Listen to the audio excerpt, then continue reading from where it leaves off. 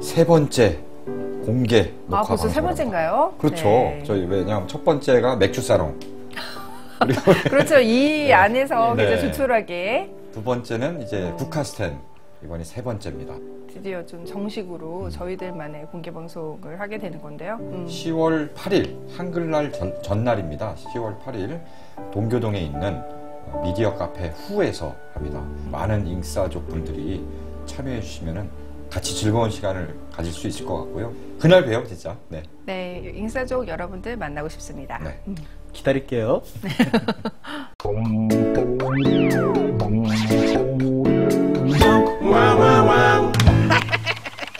네, 안녕하세요. 안녕하세요. 네. 아이고, 제가 불과 몇 시간 전만 해도 제주도에 있었는데, 네네. 거기서 날아오자마자, 비행기 타고 날아오자마자 공항에서 또 바로 왔습니다. 그래서 정신이 좀 없네요, 일단. 네. 네. 저도 지하철에서 바로 왔어요. 마찬가지 처지네. 네. 다 바로 왔죠. 네. 네. 알겠습니다. 네, 어쨌든 아니, 네. 수고하셨고요. 네. 아니, 하나, 근데 꼭 말씀드리고 싶은 게 있는데, 네. 제주도에 제가 출장 가서 아라올레 집거진장이라고 있습니다. 거기에서 한 분이 갑자기 저를 딱 보더니 어디서 많이 봤는데? 막 이러는 거예요. 잉여사롱 이러는 거예요. 진짜요? 네네. 잉여사롱, 잉사족 분이셨어요. 제주에도. 우와. 네, 제주에도. 그래서 굉장히 재밌게 보고 있다고 하면서 진짜요? 네, 제가 취재를 하는데 거기 그 주스를 사주시고 저한테 네, 이 드시고 하시라고. 그래서 제가 하도 감사해서 저 잉여사롱에 댓글을 올려주세요. 그러면 아마 저 제작진이 책을 보내드릴 겁니다. 제가 이렇게. 생각할 사 슬퍼할 도 사도세자라 하라.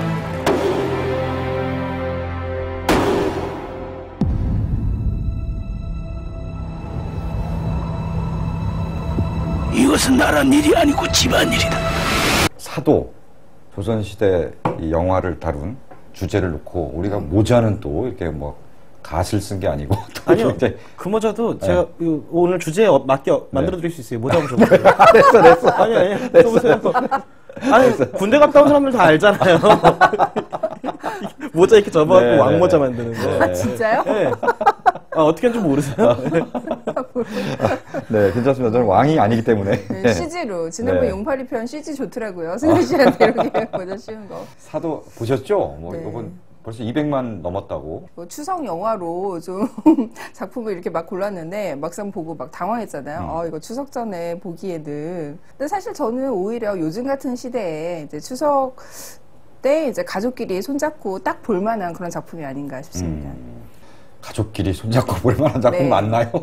저는 잘 모르겠던데. 아니, 뭐 따져보면 그럴 수 있죠. 네. 우리가 처음 당황했던 이유는 네. 사실 이제 어떤 내용을 다룬지 뻔히 알면서도 송강호 유아인이니까 또 이준익 감독이니까 하면서 골랐는데 뚜껑을 열어놓고 곰곰이 생각해보니까 아 맞다 이게 내용이 애비가 아들을 뒤주에 넣어 죽이는 내용이었지. 나는 지금 가장으로서 애비를 죽이려고 한 자식을 처분하는 것이야. 언제부터 나를 세자로 생각하고 또 자식으로 생각했어? 기자시사회로 언론 시사회 공개가 됐을 때 이제 반응이 굉장히 무겁고 어떤 오랜만에 만나는 정통사극 또 그 무게에 눌린 듯한 감상이 되게 많이 쏟아져 나왔거든요. 최근에 사극들이 좀 약간 좀 가볍고 퓨전 사극 위주의 그런 작품들이 많았기 때문에 좀 같은 쪽으로 생각을 하고 있었다가 묵직하게 문치를 저도 뭐 영화 보는 내내 좀 힘들더라고요. 이게 영화가 뭐 너무 막 좀 잘 못 만들어져서 힘든 게 아니라 몰입을 하면서 보는 동안 계속 힘들게 보게 되는. 그렇죠. 사실 이제 이런 분위기로 갈 것이다라는 부분은 어느 정도는 뭐 예고편에서 좀 예견이 된 바가 있죠. 영화 제작 발표에 실시간 생중계가 될 때 계속 이제 채팅창에다가 그 뒤줄 가져와라라는 대사를 이제 계속 이제 도배를 하기도 했었는데 이런 거를 애둘러서 뭐 표현하는 게 아니라 그냥 정말 있는 그대로 이제 덩어리치 툭 날 것을 던져준다라는 느낌에 가까운 영화였죠. 사도세자가 뒤주에 갇혀서 이제 죽기까지 8일 동안의 이야기를 그리고 있는데 뒤주에 갇힌 장면을 이제 시간상으로 8개로 구분을 하고 그 사이사이에 이제 영조와 사도가 왜 이렇게 비극적인 부자 관계를 치달을 수밖에 없었는지를 이제 과거로 회상하는 구조로 드라마를 전개를 하고 있어요. 왜 그런 비극이 벌어졌느냐를 두고 여러 가지 해석이 있잖아요. 그렇죠. 노론과 소론, 뭐 당파 싸움에 어떤 희생이 됐다라든지 영조는 당연히 죽이고 싶지 않았지만 어쩔 수 없이 죽이게 됐다. 라는 여러 가지 해석이 있는데 그 부분은 빼고 그냥 영조와 사도세자의 어떤 갈등이라고 해야 되나요? 네. 결국 거기에 그 갈등 때문에 죽게 된 걸로 좀 묘사를 해서 꼭 그런 것만도 아닌 것 같다는 생각이 들었어요. 말씀하신 것과 같은 작품들은 사실 비밀의 문에서도 단파 싸움 때문에 희생된 그렇죠. 사도세자의 이미지를 그렇죠. 보여줬고, 개혁적인 성향을 가진 또 비극적인 젊은 세자의 이야기를 주로 좀 드라마에서는 주로 그런 사도세자 좀 개혁적이고 긍정적인 이미지를 많이 예. 부각시킨 네, 편이었어요. 굉장히 극적이고 당연히 얘기 만들기도 훨씬 매력 포인트가 있잖아요. 그렇죠. 훨씬 더 또 죽음이 비극적이 네. 되는 거고요. 네. 그리고 또 정조가 왜 그렇게 한이 맺혀서 아버지의 어떤 그 지위를 격상시키고 그 뒤를 이으려고 노력을 했는가를 설명하기 위해도 조금 더 편리해 보이는 구석이 있죠. 그래서 정조 치세를 다룬 작품들 이산이라거나 영린에서도 사도세자는 뭔가 노론에 미움을 사서 죽은 게 아니냐라는, 그럼에도 불구하고 사실 그 빈 곳이 너무 많잖아요. 불가사의한 사건이기 때문에 거기에 굉장히 다양한 상상력이 들어갔던 기존의 이야기들에 우리가 익숙해져 있기 때문에 이런 식의 전공법이 오히려 굉장히 좀 신선하고 낯설게 네. 느껴지는 거죠. 그냥 아버지도 성격이 좀 이상하고 아들도 성격이 이상하고 둘이 갈등하다 보면 결국은 아버지가 아들을 죽이게 되는 그렇죠. 굉장히 비극적인 부자 관계 얘기다. 네. 왕과 뭐 세자의 관계를 떠나서 영조부터가 일단은 영화 속에서도 언급이 되지만은 경종을 독사라고 이제 올라왔다라는 당대에도 그런 설이 있었던 거를 그 컴플렉스도 계속 안고 있었던 사람이고, 그 궁녀의 자식이었기 때문에 천하다라는 말에 벌컥하는 부분 같은 데서 컴플렉스가 좀 느껴지잖아요. 그렇죠. 그러니까 내 자식은 그러면 안 돼라는 어떤, 그러니까 애비가 힘들었던 걸 자식에게 물려주지 않기 위해서 과도한 교육열을 좀 네. 진짜로 과도한 교육열을 선보인 그런 부모였던 거죠. 그렇죠. 요새 뭐 강남 이제 엄마라든지 네, 뭐 강남 학부형들. 네. 네. 목동 돼지 엄마라든지. 예. 그렇죠. 만인지상이라는 자리에 있기 때문에 어쩔 수 없이 그 두 사람에게 가해지는 그런 억압이 있었지만 또 그거를 떼어놓고 볼 때 이제 평범한 아버지와 평범한 아들의 관계로 봐도 그게 충분히 좀 이입할 지점이 있다라는 거죠. 솔직해서 좋다. 솔직해서. 내가 네 나이 때는 단 한순간도 공부를 못할까 두려워했는데 너는 이렇게 좋은 환경에서도 공부를 게을리하니. 저하께서 딱딱한 경제는 재미를 못 붙이십니다만 서육이나 수호전 같은 뭐라? 일국의 세자에게 그따위 잡설을 읽히라고. 전하, 너무 조급히 생각하지 마시옵소서. 아버지가 그냥 내 자식만은 나보다 좀 더 나은 환경에서 좀 더 잘 됐으면 하고 바라는 마음에서 공부를 하라고 어릴 때부터. 제가 예, 성장기를 목동에서 보냈고, 오, 목동에서, 예, 야. 지금 이제 제 주변 지인 중에도 목동에서 학원 선생을 하는 분이 계세요. 그 동네가 딱 그래요. 말하자면은, 야, 아빠는 뭐 과외 선생 없이도 서울대 가서 뭐 하고 유학 갔다 오고 그랬고, 내가 너한테는 뭐 어렸을 때부터 독서생 다 붙여주고 뭐 논술도 보내주고 뭐 해주고, 내가 너한테 뭘 못해줬니? 넌 왜 의지가 없니? 이겨내려는. 그렇죠. 그러면 애들이 완전 삐딱해지거나 아니면은 그 모든 잘못을 다 자기 잘못으로 돌리게 되거든요. 그러니까 우리 집은 나만 잘하면 모두가 행복해질 수가 있는데 이렇게 나만 없으면 될 것 같아, 이런 생각을 하는데, 영화 속에서도 나오잖아요. 대사가 제가 다 잘못했습니다. 다 제 잘못입니다라는 대사가 나오잖아요. 그렇죠. 보면서 유아인이 굉장히 짜증스럽게 그렇죠, 얘기하죠. 그렇죠. 많이 이입이 되더라고요. 그 어떤 그런 부분. 이승환 평론가도 목동에 살면서 다 제 잘못입니다. 저희 집은 저를 공부를 시키는 데는 일찌감치 이제 좀 두 손 두 발을 놓은 게 있어요. 워낙 안 했으니까. 이렇게 부모님 두 분 다 공부를 되게 열심히 하시는 분인데, 우리는 공부를 이렇게 열심히 하는데 너는 왜 공부를 안 하니라고 그러면, 집에 한 사람 정도는 공부 안 하고 노는 사람도 있어야지, 집에 여러 명이 다 목숨 걸고 공부하고 있으면 그 집안 안 된다라고 늘 얘기를 하던 사람이라. 근데 주변에 친구들이 그런 걸 겪는 걸 좀 많이 봤고, 그러면서 저게 그 이준익 감독이 조선시대 왕과 왕자의 이야기를 하고 있지만 사실은 그거를 빌어서 약간 우리 시대에 던지고자 하는 메시지가 저게 아닐까라는 생각을 정말일까요? 이순신 감독이 정말 그 의도. 어쨌든 결과적으로 그런 걸 상당히 예. 지금 우리 현재 사회를 반영하는 측면이 분명히 있습니다. 그렇죠. 아버지 세대들이 요즘 젊은 세대에 그 자주 하는 레퍼토리가 그런 거잖아요. 우리는 이렇게 고생해서 나라를 이렇게 멋있게 읽어놨는데 너는 왜 그거를 제대로 이해받지를 못하니? 막 이런 젊은 세대에게 보내는 그런 메시지, 이런 것들이 젊은 세대들에게 얼마나 그 억압으로 다가오는가, 이런 메시지도 충분히 어떤 동시대적으로 읽힐 수가 있는 거죠. 네. 근데 요즘 같으면 그 영화에서 보면 이제 사도세자는 글 공부보다는 그림이라든지 예체능의 무예, 소재를 예체능 잘하잖아요. 그렇죠. 요새는 예체능 잘하는 게 훨씬 더 부모님에게 그렇죠. 더 효도하는 길일 수도 있는데. 네, 그렇습니다. 근데 이제 영조는 그런 걸 몰랐으니까. 네. 그러니까 실제로 이제 이 작품에서 많이 이제 그 의존하고 있는 한중록의 기록을 보면은 두 부자의 어떤 성격 차이 이런 것도 굉장히 크게 이제 큰 하나의 원인으로 묘사를 하고 있는데요. 영조 자체가 굉장히 좀 꼼꼼하고 치밀하고 완벽주의적인 그런 성격인데, 좀 사도세자는 좀 호탕하고 약간 그 느리고 풍채도 굉장히 뭐 영화 속에서 유아인은 날씬하지만 실제로는 굉장히 무인의 풍채에 가깝게. 또 하나는 이제 그 영조와 그 아들의 그 나이 차이도 저는 좀 무시할 수 없다는 그러네요. 생각이 들어요. 실제로 나이 차이가 몇 살이 나죠? 42살 차이가 네, 났죠. 그때 네. 낳은 늦둥이였으니까요. 네, 42살. 얼마나 이뻤겠어요. 근데 애가 막 3살 때 막 이렇게 붓글씨를 써서 막 그러게. 이렇게 막 그러고 있으니까 이성을 잃은 거죠.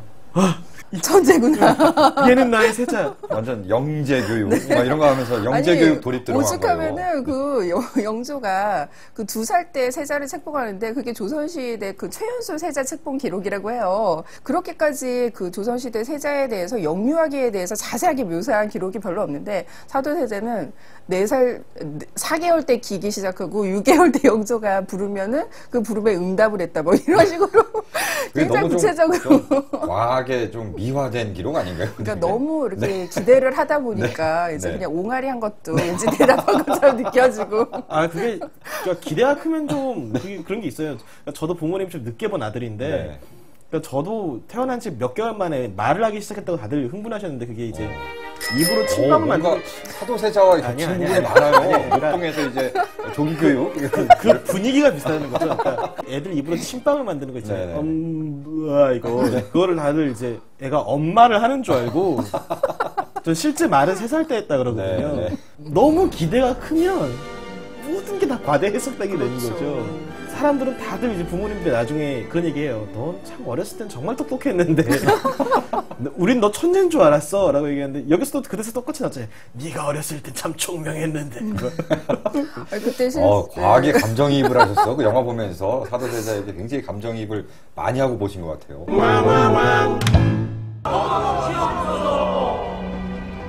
전하, 차마 감당할 수 없는 정교를 거두어주시옵소서.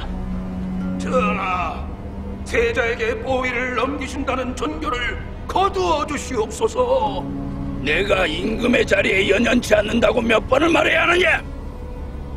내 이미 왕실의 최고 어른인 대비의 윤호를 받았다. 가자.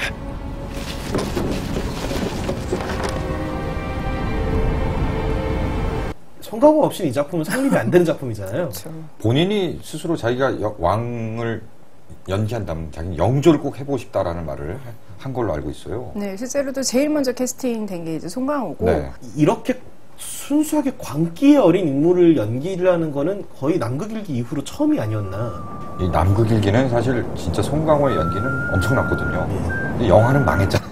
그래서 그 남극일기의 송강호의 연기를 본 네. 분들이 많지가 않아요.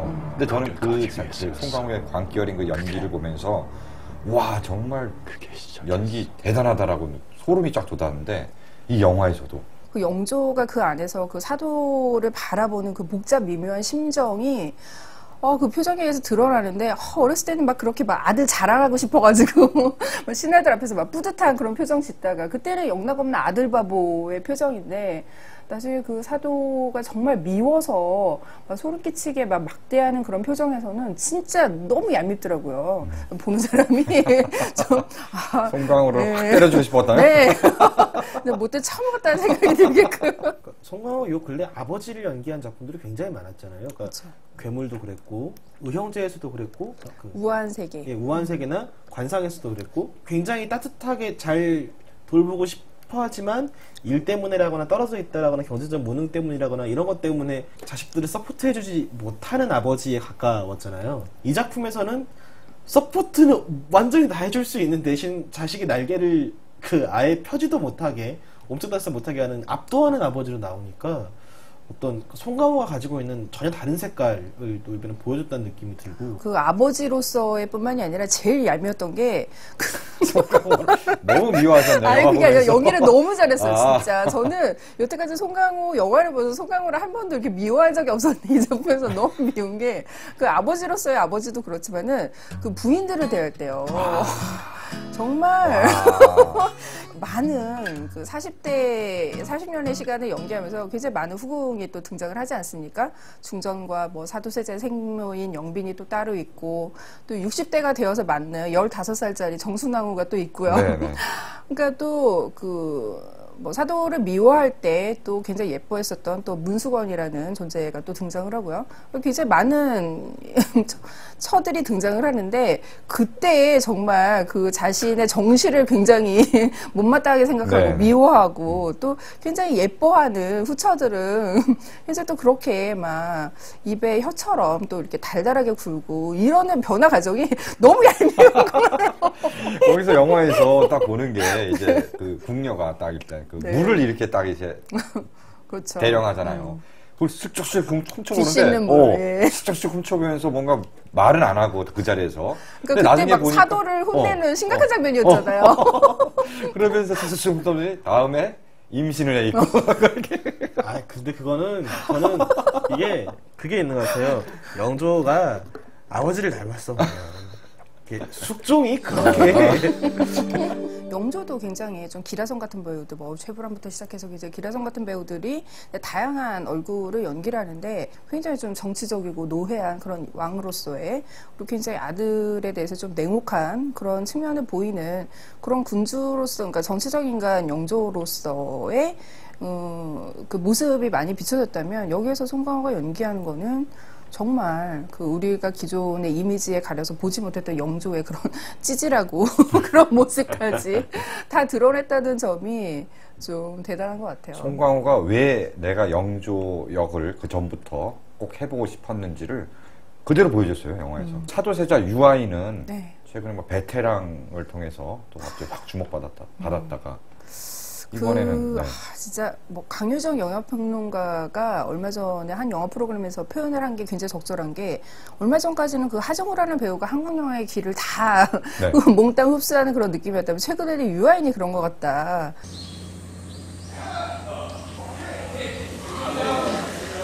오신가요? 임금의 군대에 어찌 당파가 있을 수 있단 말인가? 오늘부로 수어청, 어영청, 총융청, 수어청, 어영청, 총융청, 금이영, 훈련도관의 모든 조직에 슈퍼가 좋은데. 베테랑에서 사실은 그 조태우 악역을 보고 사도세자도 분명히 저런 이제 광기 어린 연기를 해야 되는데 어떻게 다르게 연기를 할까 굉장히 궁금했어요. 근데 막상 영화가 딱 나오니까 이거는 베테랑과는 또 다른 네. 굉장히 그 미친 인간이지만 우리가 연민이 가게끔 만들어낸 거는 이제 유아인의 그 연기가 굉장히 큰 역할을 했고 작품 속에서 가장 이렇게 마음이 움직이고 가슴이 찢어지는 듯한 그런 장면들이 대부분 유아인이 혼자 연기해내는 그런 장면들이에요. 올해는 진짜 유아인을 했구나라는 걸 확신한. 조태영 같은 경우는 왜 이거 하지 마라 저거 하지 말아라고 해줄 사람이 아무도 없는 곳에서 자란 개망난이었다면은 사도는 이거 하지 마 저거 하지 마 너는 왜 이거밖에 못하니라는 이야기를 하는 사람들과 이러면 아니 되시옵니다 라는 말하는 사람들로 둘러싸인 곳에서 자란, 그러니까 존재 자체가 되게 폐쇄공포증에 시달리는 이제 그런 사람인 거잖아요. 그거를, 그러니까 어떤 뉘앙스 차이도 차이지만은 그러니까 이 배우를 익히 잘 알고 있다고 생각하는 순간 새로운 걸 꺼내는 게, 그러니까 아직까지 30이 채 안 된 배우가 얼마나 안에 많은 걸 담고 있었는지를 좀 보게 만드는 거죠. 그리고 굉장히 슬펐던 게 사도세자가 굉장히 그 자신만의 세계에 갇혀 사는 인물이기도 하지만 네.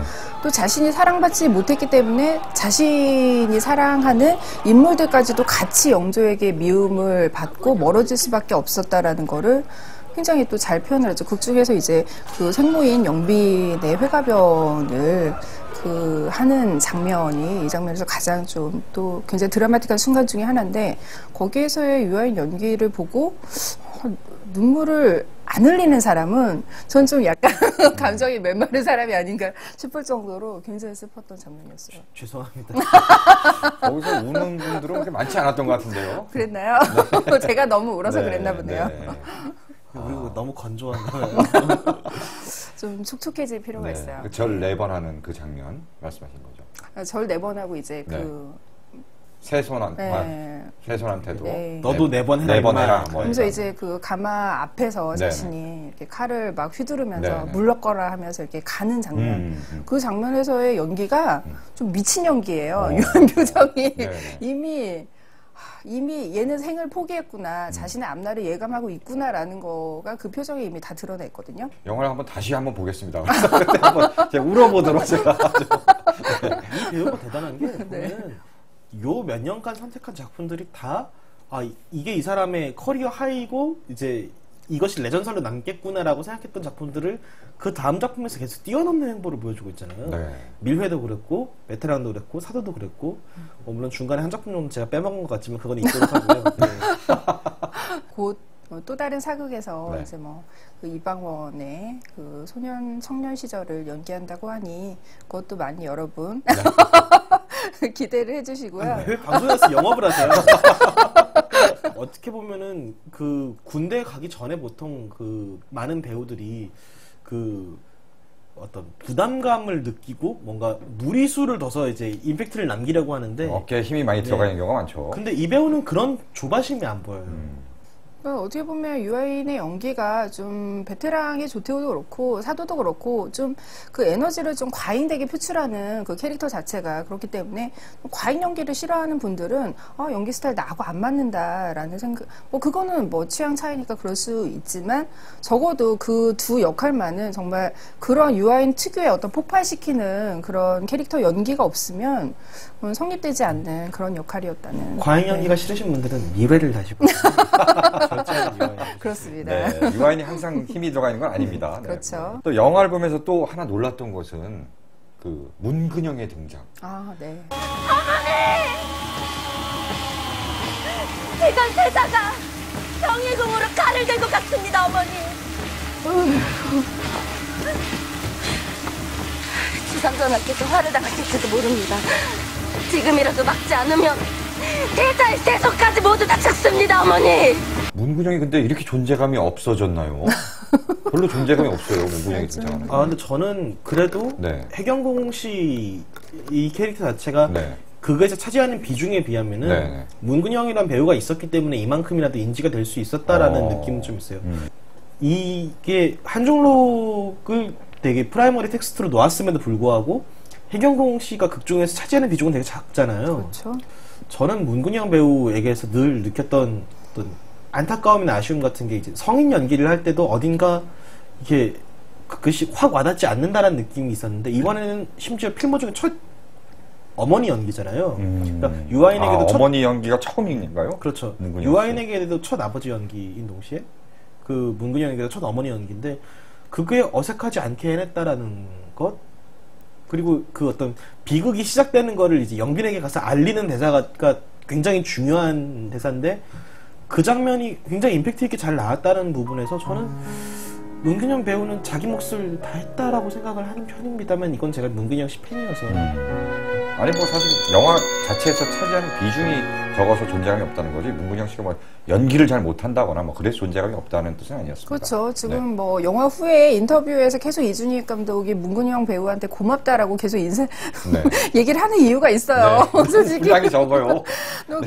사실은 그동안 이제 해경궁 홍 씨 입장에서 그러니까 뭐 가장 자세한 기록이기 때문에 홍 씨 입장에서 그린 사도세자의 이야기가 굉장히 많았죠. 최근에 좀 개혁적인 인물로 비춰지기 이전에는 사도세자는 굉장히 좀 말 그대로 비극적인 인물, 좀 심약한 그런 인물로 많이 그려졌었어요.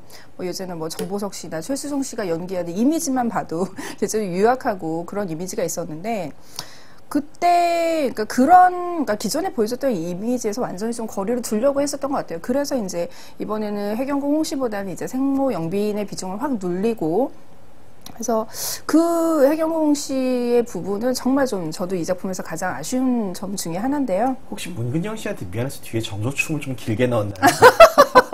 해경궁 씨 그 반응샷이라도 좀 이렇게. 근데 결과적으로 역효과가 어떤가요? 진짜. 저는 그만하면 충분히 이게 분장팀은 최선을 다했다고 생각하는데 네. 일단 문근영 배우는 어쩔 수가 없어요. 타고나신 게 너무 동안이기 때문에. 맞아요. 예. 뭐라고 해야 되나요? 그 조루증에 걸린 뭐 아이인데 정말 폭삭 늙어갖고 그러니까 너무 동안이다 보니까 네네네. 배우 자체가 네네. 그걸 숨길 수가 없었어요. 아마 우리가 중간 단계 없이 네. 젊은 시절 한 다음에 그 다음에 회가 무슨 막 들어가서 그럴 수도 있어요. 영빈 역을 맡은 전혜진 배우도 더 테러 라이브에서도 그렇고 뭔가 시원시원하게 이렇게 주도해 나가는 캐릭터를 많이 표현했다라면 그 세월에 따라서 늙어가는 어떤 분장도 분장이지만은 톤을 굉장히 잘 잡았다는 느낌이 있어요. 네. 계속 조용히 이제 그늘 속에서만 살아야 되는 삶을 되게 잘 연기를 한 것 같아서 또 그거에 외면받으면서 이렇게 힘들어하는 중전 역할을 한 박명신 배우도 분명히 내가 정실인데 쭈구리가 되어가는 어떤 그 느낌? 새로 며느리가 들어왔으니까 뭐 말을 해줘라라고 얘기를 대왕 대비가 얘기를 하면은 저야 뭐 알겠습니까? 모시고 산 건 영빈 자네니 자네가 얘기하게. 영조가 그런 정말 이해 못할 행동을 할 때마다 그 여인들이 항상 단체 사진으로 이렇게 반응샷을 보여주는 장면. 저 인간 오늘 또 왜 저러나 막 이런 표정으로. 하지만 여인이기 때문에 어찌할 수 없는 그 두려움 가지고 언제 저 분노의 화살이 나한테로 올지 모른다라는 어떤 그런 그 조선시대 왕과 여인들의 그런 숙명이 그 여인들 떼샷에 비춰져 있는데 그게 굉장히 자주 나와요. 그래서 그 사실 그 영화 속에서 좀 우리가 좀 아쉬운 여성들의 입장이라든지 시점 이런 것들은 이제 그 장면에 좀 함축이 돼 있다라는 생각이 들고요.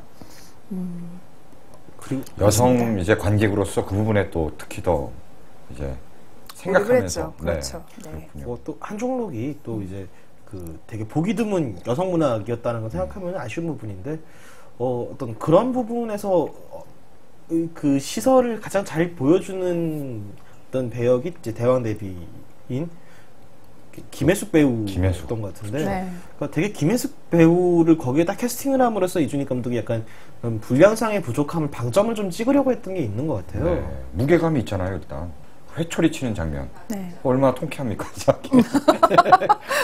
그렇죠. 네. 영조가 와서 산통을 깨긴 하지만 네네. 이렇게까지 얘기를 하면 스포일러일 수도 있지만 이제 그러게 이게 사실 사극이어서 네. 근데 분명히 스포일러적인 요소가 있습니다. 영화를 그렇죠. 이제 뭐 네. 그런 되게 큰 줄거리는 보고 가지만 알고 가지만 또 너무 얘기하면 네. 영화를 보는 재미를 좀 반감시킬 수도 있거든요. 그렇죠. 그 영화 속에서 어떤 에피소드를 채택을 해서 가져오느냐 자체가 그 영화의 개성이기 때문에 네. 모든 장면을 어쨌든 나눴지만 어떤 장면인지 일단 얘기해보고 영조가 네. 나중에 이렇게 막 싸우다가 내 더러워서 양해합니다 이런 식으로 막 이렇게 하니까 네네. 보고 있다가 되게 갓짠타는데 그럽시다. You know how. You know how. 라고 그렇죠. 그런 장면은 김혜숙 배우가 아니라면은 사실 살리기 어려웠을 거라는 그렇죠. 생각이 들죠. 그 인원왕후 자체가 이제 영조가 왕위에 오르는데 굉장히 결정적인 역할을 한 후견인 중에 하나이기 때문에 또 그만큼 당당하게 할 수 있었던 건데 그래서 이제 그렇게 굉장히 독불 장군이던 그 굉장히 엄한 가부장이 그 대왕 대비 앞에서만은 조금 네. 움츠러들 수밖에 없는 그런 연기를 송강호 배우도 굉장히 잘 해냈고요. 다만 소지섭의 연기는 어땠나요? 이게 소지섭은 최선을 다했다고 봐요. 그분은 이제 자기 뮤직비디오 찍을 때 연마하셨던 춤솜씨를 이렇게 잘 보여주셨다는 생각이 좀. 비주얼이 워낙 탁월했기 때문에 역사상 가장 좀 훈훈했던 정조 비주얼 중에 하나가 아니었나 싶고요. 네. 실제 어진하고는 180도 나는 거 아시죠? 실제 정조 어진은 되게 왜 도륙자 약간 이런 느낌이잖아요. 개 연기는 어땠습니까? 이 개 연기? 어쨌든 그 뒤주에 갇혀서 이렇게 물도 못 마시고 힘들어하고 있을 때 개가 나중에 와갖고 슬피 우는 장면. 수많은 그 반려동물과 사는 애견인들이 그 장면을 보고 눈물을 많이 흘렸다고 하더라고요. 고양이 키우는 사람들은 그 지점에서 미묘하게 터지는 부분이 있어요. 빵 하고. 빵 터졌다고요? 웃었다고요? 아니, 그러니까 소리내서 웃지는 않았고. 왜 그러냐면 고양이들은 물소리를 싫어하고 물을 싫어해서 주인이 안에서 씻고 있으면은 내가 그렇게 싫어하는 걸 주인이 지금 저 안에서 당하고 있다. 걱정돼서 화장실 앞에서 이렇게 울거든요. 아, 진짜요? 네. 오. 사도세자가 키우던 개는 당연히 다른 의미로 갔겠지만은 약간 그거 보면서 이제 저희 집 고양이들도 생각이 좀 나고. 많은 평을 듣는 것 중에 하나가 에필로그가 이제 정조의 시점에서 마무리가 되잖아요. 근데 에필로그라고 하기에는 너무 길이가 길다. 다들 소지섭이 웬만하면은 저 소지섭이 나와서 좀 오래 나오기를 바라지만 여기 너무 오래 나와갖고 오히려 그렇죠. 소지섭이 뭐 대사를 하는 것도 아니고 이제 부채 클로즈업이 딱 들어가는 순간 마지막 장면에 힘 줬네 그러는데 다시 부채를 잡고 계속 춤을 추면서 저게 마지막이 아니었어? 이준익 감독이 굳이 그 얘기를 좀 길게 끌고 가고 싶었던 이유가 그 어떤 자신의 운명을 세손을 위해서 좀 어느 정도 희생한 그런 측면, 어떤 아버지로서의 측면 이런 것도 좀 이제 영화 속에서 좀 비춰주기 위해서 감독의 의도는 일단 사람들의 반응이 안 좋긴 하지만 그래도 난 내가 하고 싶은 얘기를 하고야 말겠다라는 의지가 엿보이는 그런 장면이었습니다. 그 이준익 감독님이 그 약간 어떤 내가 하고 싶은 이야기가 있으면은 그 밀어붙이는 지점들이 좀 있잖아요. 영화마다 구름을 벗어난 날처럼 같은 작품에서도 사실 걷어내도 이제 무방한 대사 같은 것들을 이제 굳이 이제 그 황정민의 입을 빌어서 하게 만든다라거나 그러니까 그거는 감독님은 내가 하고자 하는 이야기를 여기서 꼭 해야 돼라는 어떤 그 고집이 있으신 거라. 그렇죠. 이번에도 보면은 이렇게 활을 이렇게 그 허공으로 날리면서 이렇게 허공으로 날아가는 저 화살이 얼마나 떳떳하냐라면서 떳떳하다라는 대사가 굉장히 자주 나오거든요. 그렇죠. 나중에 또 가가지고 그 아드님을 보셔서 이렇게 주상을 보십시오. 얼마나 떳떳합니까라고 얘기하는 장면도 그렇고 행여나 관객이 캐치를 못할까. 굉장히 친절하게 여러 번. 그럼에도 불구하고, 그러니까 그동안 이준익 감독의 그런 연출은 이제 본인이 어떤 영화의 모든 요소 중에서 이야기를 가장 중시하던 그런 성향이 강한 감독이었기 때문이었는데요. 사도는 그나마 에필로그를 제외하면은 많이 절제가 돼 있어요. 그 영린, 현빈 주연의 영린, 그것도 이제 아버지를 그리워하는 그 정조의 이야기지 않습니까? 즉위하자마자 나는 사도세자의 아들이다라는 거를 이제 선포하면서부터 시작이 되는데 그 작품은 말 그대로 이제 비주얼에 좀 몰빵을 한 그런 사극이에요. 그러니까 내가 좀 스타일리시한 사극을 만들어 보겠다 하면서 이제 현빈이 직접 이렇게 환한 등 근육을 보여주기도 하고 막 그러잖아요.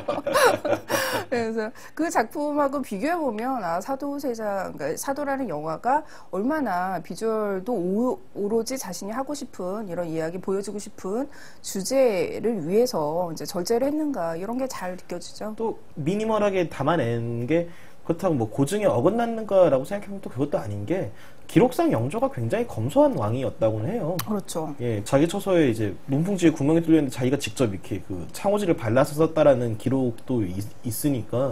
그래서 영화에서도 보면은 그 영조가 입었던 용포 같은 거 우리는 그거를 차마 캐치를 못했지만 나중에 뒷이야기 보니까 오래 입어서 좀 끝이 이렇게 해져 있고 일부러 그런 거를 여기서 표현을 했다고요. 그 실제로 영화에서도 좀 해져 있는 용포를 입고 출연했군요. 예.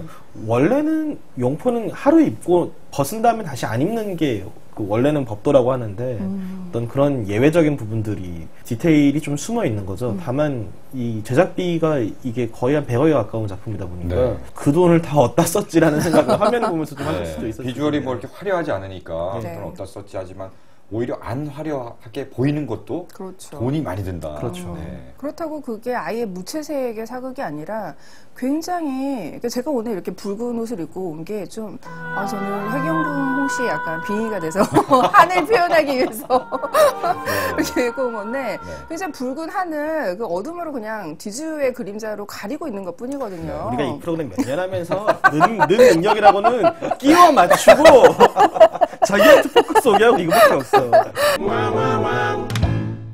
여기서는 그 영화 음악에서 사용하는 어떤 도교의 음악 같은 게 막 영화 시작부터 막 등장을 하잖아요. 네. 이게 뭐 악기를 쫓는 그런 도교의 어떤 음악이라고 하는데요. 그거를 이제 사도세자가 직접 좀 노래하는 그런 장면도 영화 속에 좀 등장을 하죠. 영화에서 근데 그 음악이 굉장히 시적절하게 임팩트가 완전 정말 몰입하게 장난 만들어요. 아니에요. 노래도 실제로 그 배우가 부른 건지 아닌지 모르겠습니다만 불렀다고 그 배우가 하죠. 직접 예. 와 노래도 정말 잘하고 그 음악 감독이 방준석 씨인데 음악을 정말 잘 만들어요. 영화 음악. 최근에는 사극 특히 이제 퓨전 사극 때 보면은 한국말로 된 OST가 그렇죠. 엄청 발라드가 나오고 갑자기 네, 그렇게 된 경우도 있는데 그렇죠. 그리고 서구악기에 기댄 음악들이 많이 막 스트링 쫙 해갖고 그렇죠. 현악기가 쫙 네. 울려 퍼지고 장대한 음악을 이렇게 표현하는데 뭐 이 작품도 스트링을 안 쓴 건 아니지만 그 굉장히 절제해서 잘 썼고요. 그 마지막에 그 정조가 춤추는 장면. 춤추는 장면에서 원래 쓰려고 했던 음악이 감독님은 피아졸라의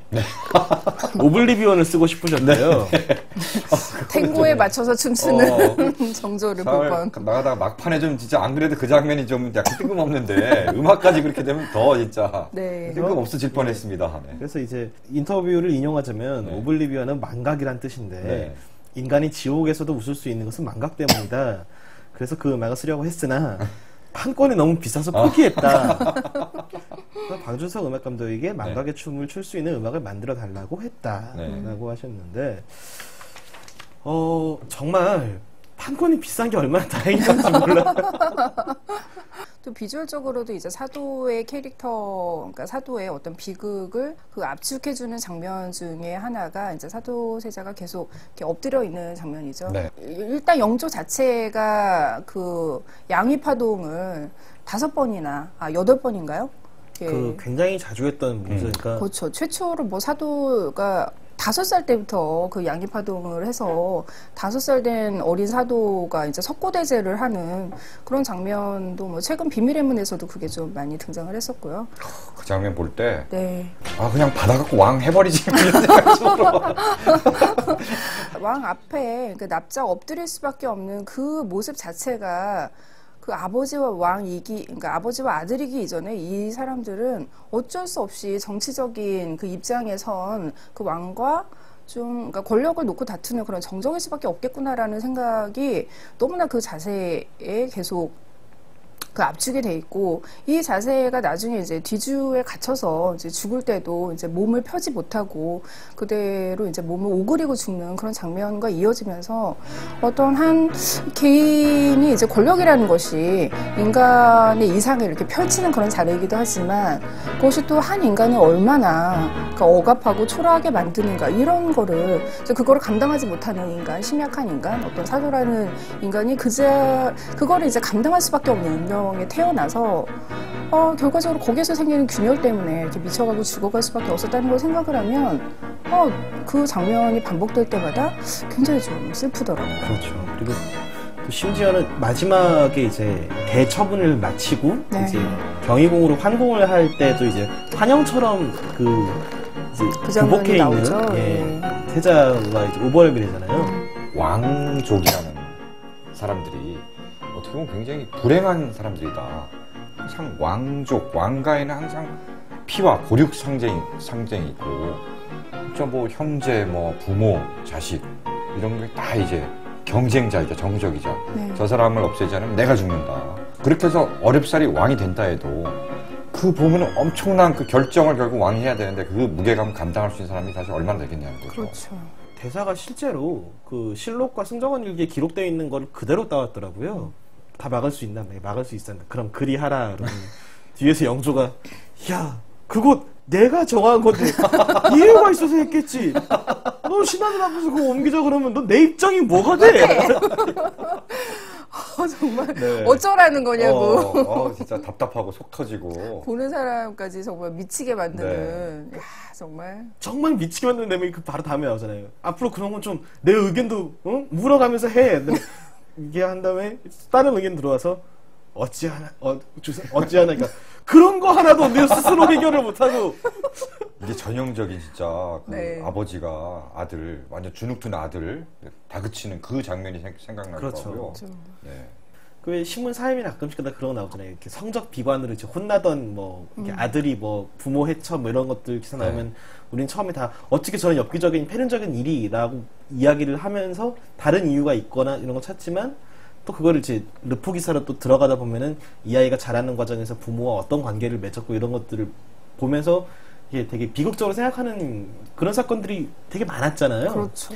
그거 그러니까 약간 제일 맞아요. 비슷하죠. 영화의 태도가 그런 것 같아요. 그러니까 아까 심리 스릴러 같다고 말씀을 하셨지만은 그 실제로 보통 우리가 사극을 얘기할 때 어떤 역사의 굉장히 격동, 드라마틱한 사건에 가려져서 정작 그 인간에 대한 어떤 성찰, 뭐 탐구 이런 걸 놓치는 경우가 굉장히 많은데 이 작품은 정말 말 그대로 두 인간에게 딱 집중을 해서 하지만 이제 권력과 뗄 수 없는 그런 인간의, 그러니까 자리에 있는 그 두 인물의 심리를 깊이 파고들었다는 거. 이번 주 협찬도서입니다. 최근 들어서 한국 소설계에서 또 굉장히 주목받고 있는 작가 중에 한 분이죠. 장강명 작가의 2011년작 표백입니다. 제16회 한겨레 문학상 수상작이고요. 혁명도 전복도 불가능한 세대, 어떤 스스로를 지워버리는 것이 이 세상에 대한 반동이나 야유를 보낼 수 있는 유일한 수단인 이들을 표백 세대라고 이제 일컫는 소설입니다.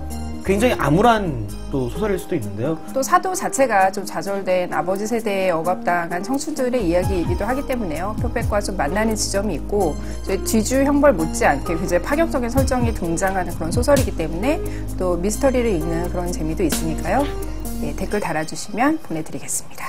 저희가 간식이 송편하고 이렇게 식혜잖아요. 네. 회가변 상에서 회가변 때문에 이렇게 한 건가요? 떡 주워 먹는 서민들, 백성들의 모습. 네.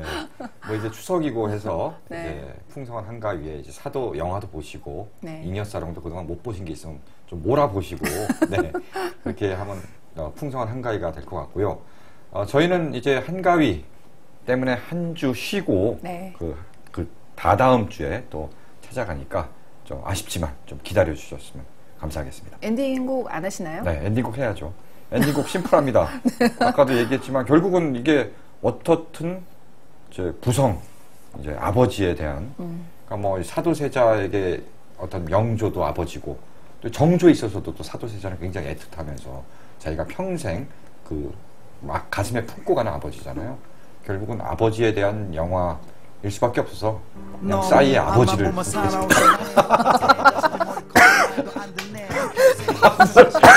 차례까지 들려. 네. 네. 뭐 제가 여러 차례 말씀드린 차도는 없는 것 같은데 별 말씀 안 드리고요. 이제 영화도 보고 네. 또 싸이의 아버지 가사도 굉장히 좀 애틋한 게 있어요. 짠한 네, 게 있어요. 그렇습니다. 그걸 좀 가사 노래도 듣고 하면서 추석 때 아버지한테 좀 더 잘하고 아버지는 또 자식한테 좀 잘해주고 눈물까지 흘리네. 너무 사례를 너무 기침했더니 네. 네, 우리 딸도 저한테 좀 잘했으면 좋겠네요. 요즘 며느리들은 네. 추석 후에 관람하시기를 전 추천드리고 싶습니다.